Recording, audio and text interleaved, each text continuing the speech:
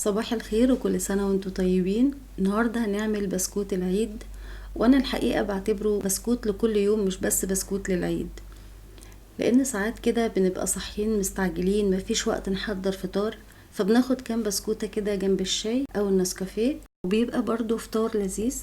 فالنهاردة هنعمل بقى البسكوت المقرمش الهش بمقادير محفوظة، وهقول لكم برضو احنا بنشتغل على البدايل.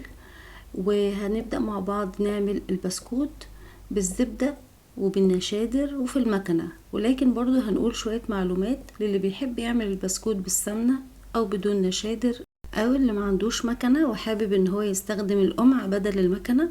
أول حاجة عندي الدقيق 750 جرام من الدقيق، يعني كيلو إلا ربع، يعني حوالي تقريبا 5 كوبايات ونص. الدقيق ده متعدد الاستخدامات، وممكن نستخدم الدقيق اللي هو مخصص للبسكوت والنواعم عموما، وبيفضل طبعا ننخله مرتين قبل الاستخدام. معايا كمان معلقة كبيرة من النشا اللي هو دقيق الذرة، ونص معلقة صغيرة من الملح، ومعلقة صغيرة ممسوحة من البيكنج باودر، والتلاتة دولت هنحطهم على الدقيق بس لما نبدأ نشتغل.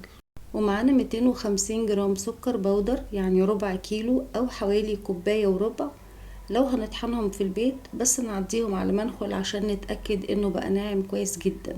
محتاجين كمان 250 جرام من الزبدة بدرجة حرارة الغرفة، انا مطلعاها من التلاجة مثلا من ساعتين.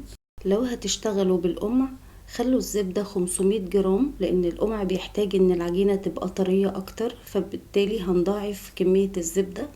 ولو هتستبدلوا الزبدة بالسمنة يبقى في المكنة خلوا السمنة 200 جرام، وفي القمع خلوا السمنة 400 جرام. ليه مقدار السمنة مختلف عن مقدار الزبدة؟ لأن في فرق ما بين السمنة والزبدة. الزبدة مكونة من مادة دهنية مع لبن، لكن السمنة مادة دهنية لوحدها من غير لبن. عندنا كمان البيض، لو حجمه صغير هنحتاج 3، ولو كبير يبقى 2. عموما لو 3 يبقى أفضل، لأن ده بيدي هشاشة أكتر للبسكوت. وطبعا هيبقى معانا الفانيليا، هنحتاج منها معلقة كبيرة من الفانيليا السايلة. البيض هيكون بدرجة حرارة الغرفة علشان ما يفصلش الزبدة، ويفضل يكون بيض أحمر، ولا هو أبيض ولا هو بلدي، علشان ريحته ما تبقاش ظاهرة قوي في البسكوت.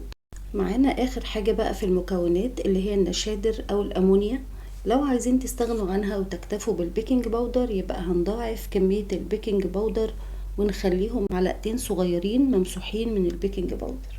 لكن نصيحتي ان النشادر ضرورية جدا، لانها بتخلي البسكوت هش ومش محجر، فنحطه في الشاي كده نلاقي ينفع يتسقسق في الشاي لكن المحجر ده ما بينفعش خالص ان هو يتسقسق في الشاي. حتى معظم شركات البسكوت بتكتب في المكونات بتاعتها ان هو بيحتوي على بيكربونات الصوديوم وبيكربونات الامونيا اللي هو البيكنج باودر والنشادر، فالاتنين مش هنقدر نستغنى عنهم في البسكوت بتاعنا. واخر حاجة معانا هي ربع كوباية اللبن اللي هندوب فيها معلقة صغيرة ممسوحة من النشادر، لان النشادر مينفعش تتحط كده جافة على المواد بتاعتنا، لازم تتدوب في حاجة، فاحنا هندوبها في ربع كوباية لبن. اللي حابب يدوبها في ربع كوباية عصير برتقان هتدي برضو ريحة برتقان حلوة في البسكوت، وممكن كمان نستخدم معاه بشرة برتقان مع الفانيليا، هيضيع برضو ريحة البيض. هضيف بقى دلوقتي المعلقة بتاعت النشا الكبيرة اللي هو دقيق الذرة، وهضيف كمان ربع معلقة الملح الصغيرة، وهضيف كمان المعلقة الصغيرة الممسوحة من البيكنج باودر على الدقيق. هقلب كل دوت وبعد كده نركنهم على جنب لغاية وقت ما نحضر باقي الخليط اللي هنضيفه على الدقيق. في بولة هحط بقى الزبدة بتاعتي واضربها بالمضرب، سواء المضرب الكهربائي او المضرب اليدوي برضو ينفع، لغاية لما اخلي القوام بتاعها يبقى هش ويبقى لونها افتح شوية. بعد كده بضيف عليها السكر البودر وبقلب كده بالمضرب من غير ما اشغله علشان خاطر السكر ما يطرش في كل حتة، فبقلب كده بالراحة الاول، بعد كده بشغل المضرب علشان الاتنين يختلطوا ببعض ويكونوا لي زي كريمة لونها فاتح شوية اكتر من الزبدة. من وقت للتاني بوقف الضرب علشان خاطر انزل كل الحاجات اللي موجودة على الجوانب، علشان اضمن ان كل الخليط اختلط ببعضه، مفيش حاجة اتركنت كده او كده. اكمل ضرب لغاية لما يبقى لونه فاتح خالص، ببدأ اضيف البيض واحدة واحدة، ولازم يكون البيض مش ساقع بدرجة حرارة الغرفة يعني، لان ممكن يؤدي لان هو يفصل الزبدة. بضرب البيضة الاولانية واستنى لغاية لما تختفي خالص، وبعد كده بحط البيضة التانية وبرضو بكمل ضرب. وطبعا علشان احنا مستخدمين 2 بيضة، زي ما قلنا 2 بيضة لو البيض كبير و3 بيضات لو البيض صغير. لازم طبعا نحط معلقة كبيرة من الفانيليا السايلة، ولو عندنا بشر برتقان او حابين نكهة البرتقان ممكن نضيف بشر البرتقان. واخر حاجة بضيفها على الخليط هي ربع كوباية اللبن، وبدوب فيها الاول معلقة صغيرة ممسوحة من النشادر او الامونيا، لان زي ما قلت لكم النشادر ما ينفعش تتحط جافة مع المكونات بتاعتنا، لازم تتدوب في سائل. وممكن برضو ندوبها في ربع كوباية من عصير البرتقان لو حابين تستخدموا البرتقان في البسكويت. وكده الخليط بتاعنا كله جاهز، علشان خاطر اضيف عليه الدقيق بالمكونات بتاعته. مكونات الدقيق افكركم بيها تاني: نص معلقة ملح صغيرة، معلقة صغيرة ممسوحة من البيكنج باودر، معلقة كبيرة من النشا اللي هو دقيق الذرة. هقلبهم مع بعض الاول بمعلقة خشب، على اساس هي دي اللي هتخليني اقدر اتحكم في الدقيق. الدقيق طبعا بيبقى تقيل فمحتاج معلقة تكون متينة شوية. وبعد كده بستخدم ايدي علشان خاطر اجمع كل المكونات مع بعضها واتأكد ان مفيش دقيق ما اختلطش بباقي العجين.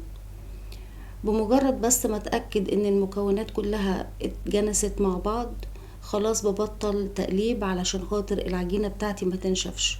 هبدأ بعد كده احضر المكنة بتاعتي اللي انا هشكل بيها البسكوت، واخترت الشكل اللي انتوا شايفينه قدامكم.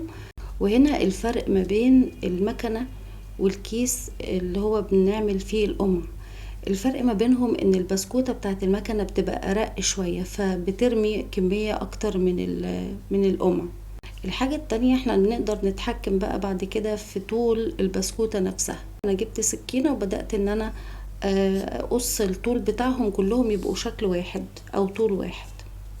المكنة بتسهل التشكيل جدا جدا وما بتوجعش الايد، وفي نفس الوقت اي واحدة هتتلخبط هناخدها تاني ونحطها برضو مع العجين مرة تانية، وفي نفس الوقت بتنجز لنا الكمية كلها. انا خلصت الكمية كلها، ما اخدتش مثلا ربع ساعة او حاجة زي كده.